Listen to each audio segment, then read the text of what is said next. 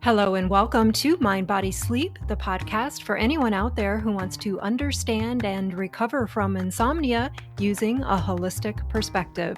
I'm Beth, Kendall, your host. Let's get started. Well, hello, everyone. It's good to be here on this March day in 2025.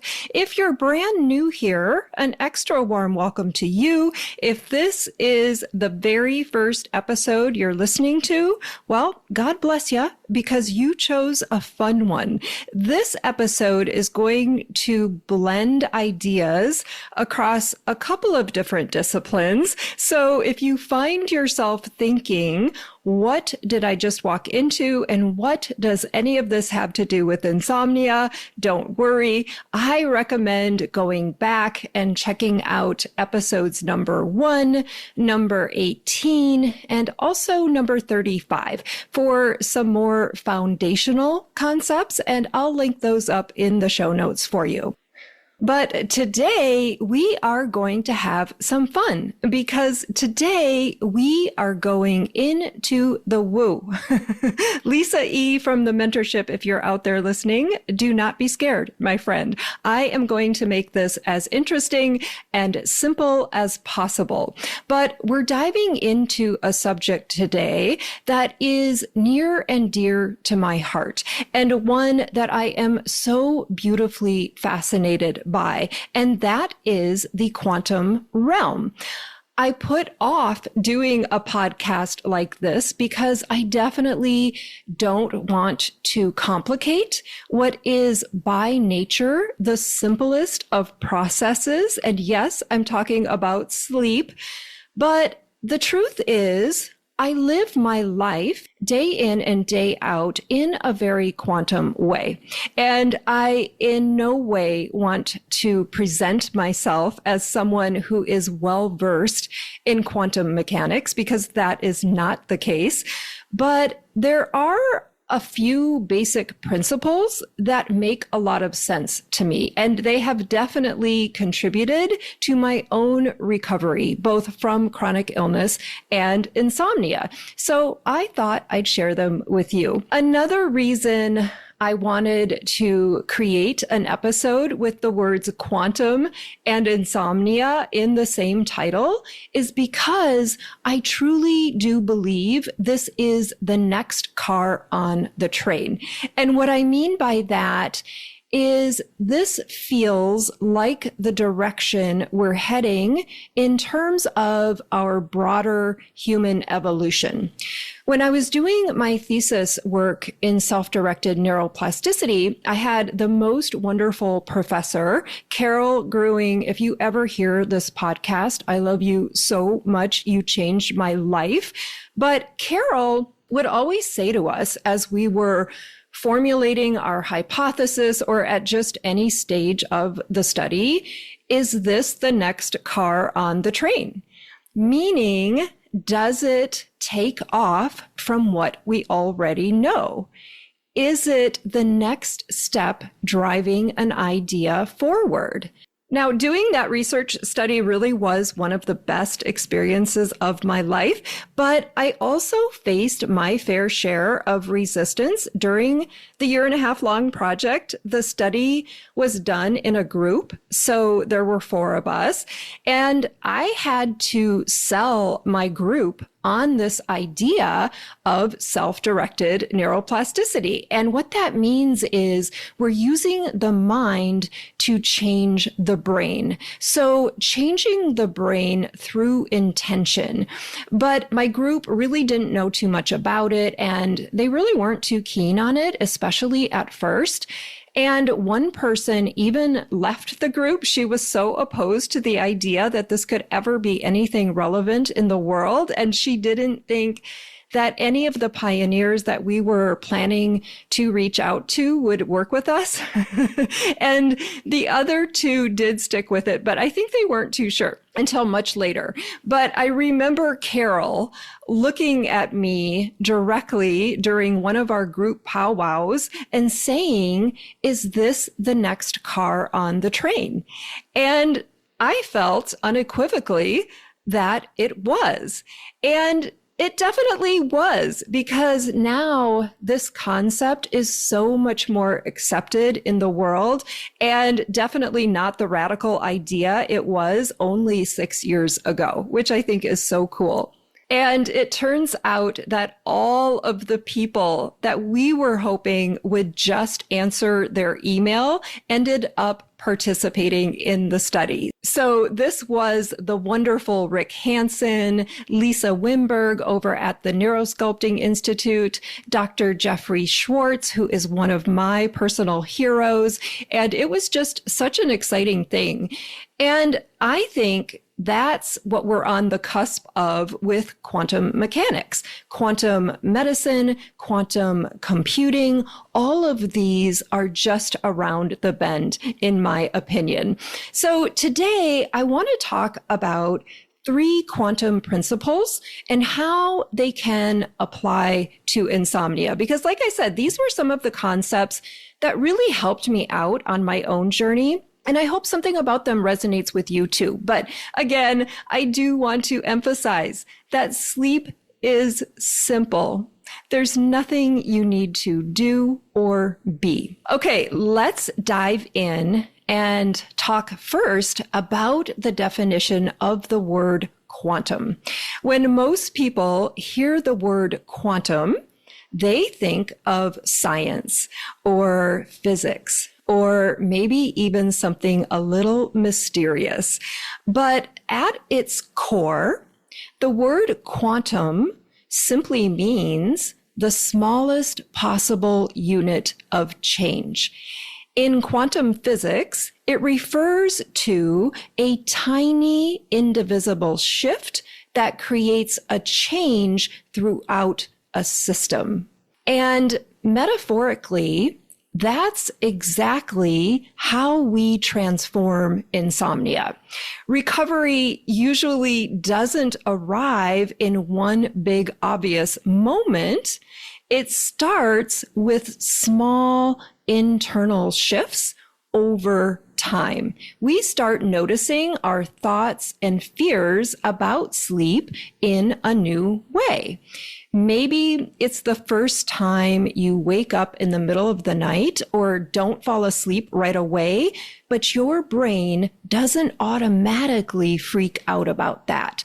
Maybe it's the first time you realize that you just made a plan with someone and didn't automatically filter it through. How is this going to affect my sleep? Maybe it's the moment you realize that you're not feeling as hopeless about sleep as you once did. All of these are quantum shifts. Tiny little changes in perception that start to rewire the way your brain is relating to sleep. Okay, so the first quantum principle I want to talk about is probably the most well-known, and it's called the observer effect. And the core idea behind the observer effect is that what we focus on tends to expand. In physics, scientists discovered that particles actually behave differently when they're being observed. So the very act of paying attention to something changes it.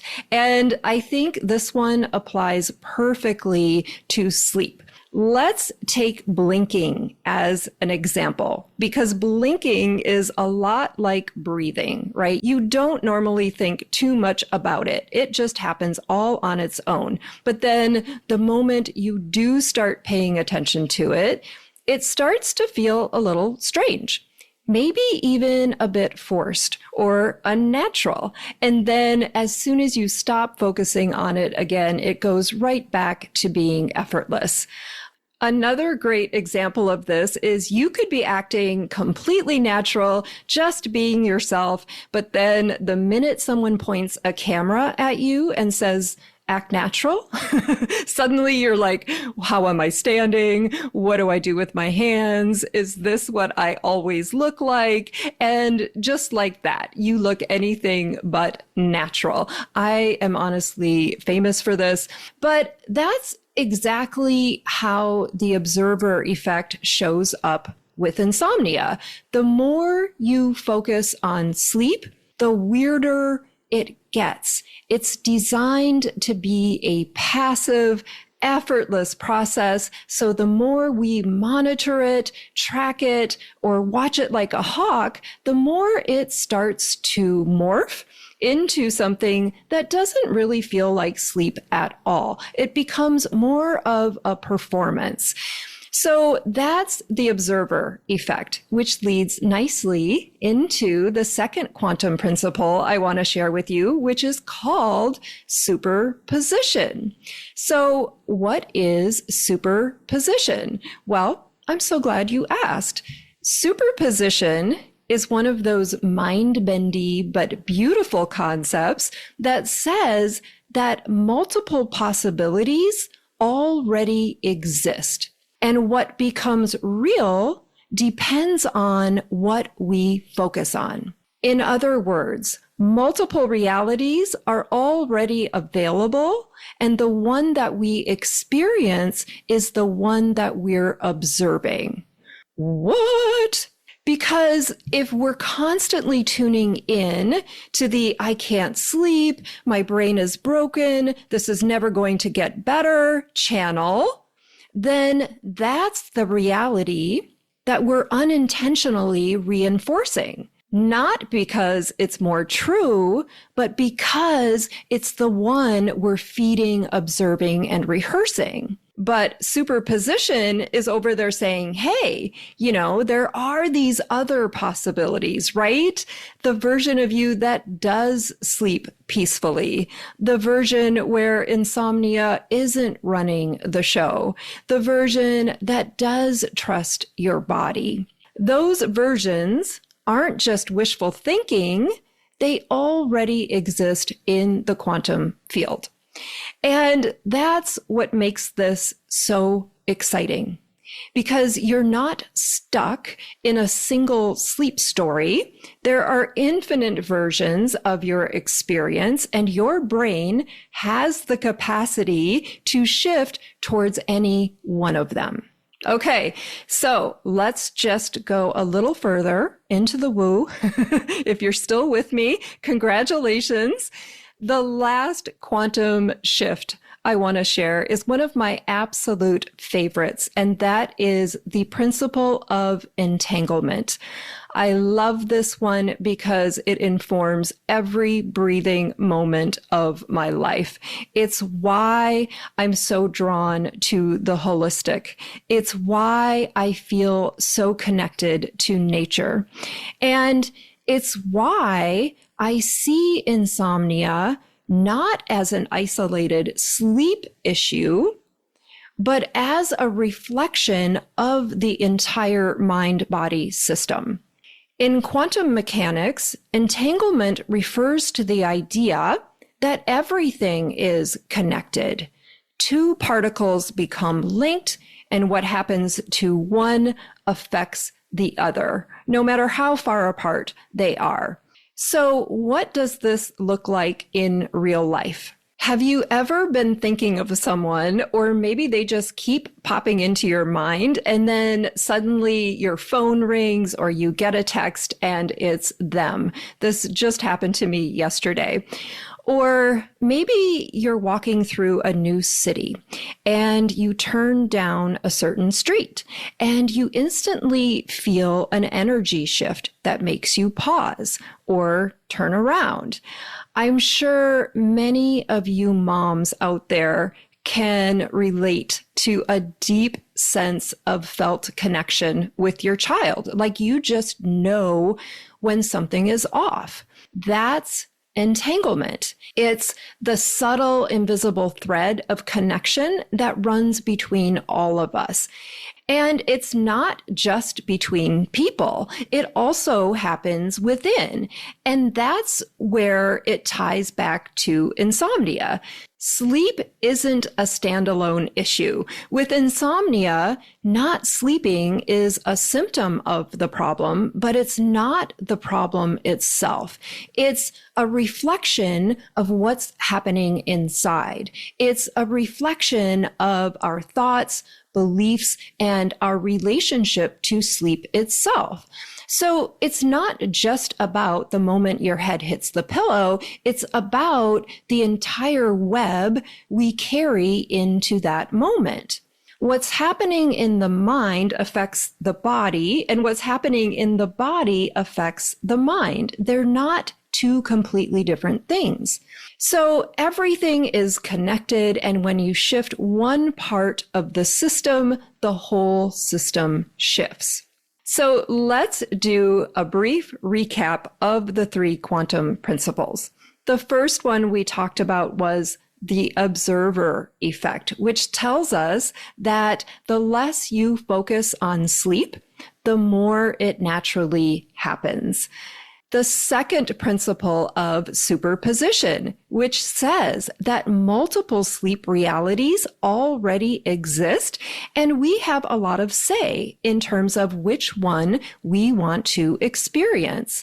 And lastly, the lovely principle of entanglement, which tells us that everything is connected. And when one part shifts, so does the whole. And I think that's what makes insomnia recovery a lot more available than you might think. Thanks so much for allowing me to share this with you. Until next time, I'm Beth Kendall, and this is the Mind, Body, Sleep podcast. Bye for now. Thanks for being here today. If you love what you heard on today's episode, don't forget to hit the like button and subscribe to the podcast. And if you need more support with your sleep, join me in the Mind, Body, Sleep Mentorship. This 3-month one-on-one program will transform your relationship with sleep so you can get back to living the life that you love, free from the fear of not sleeping. Head on over to bethkendall.com for more details. I'll see you next time.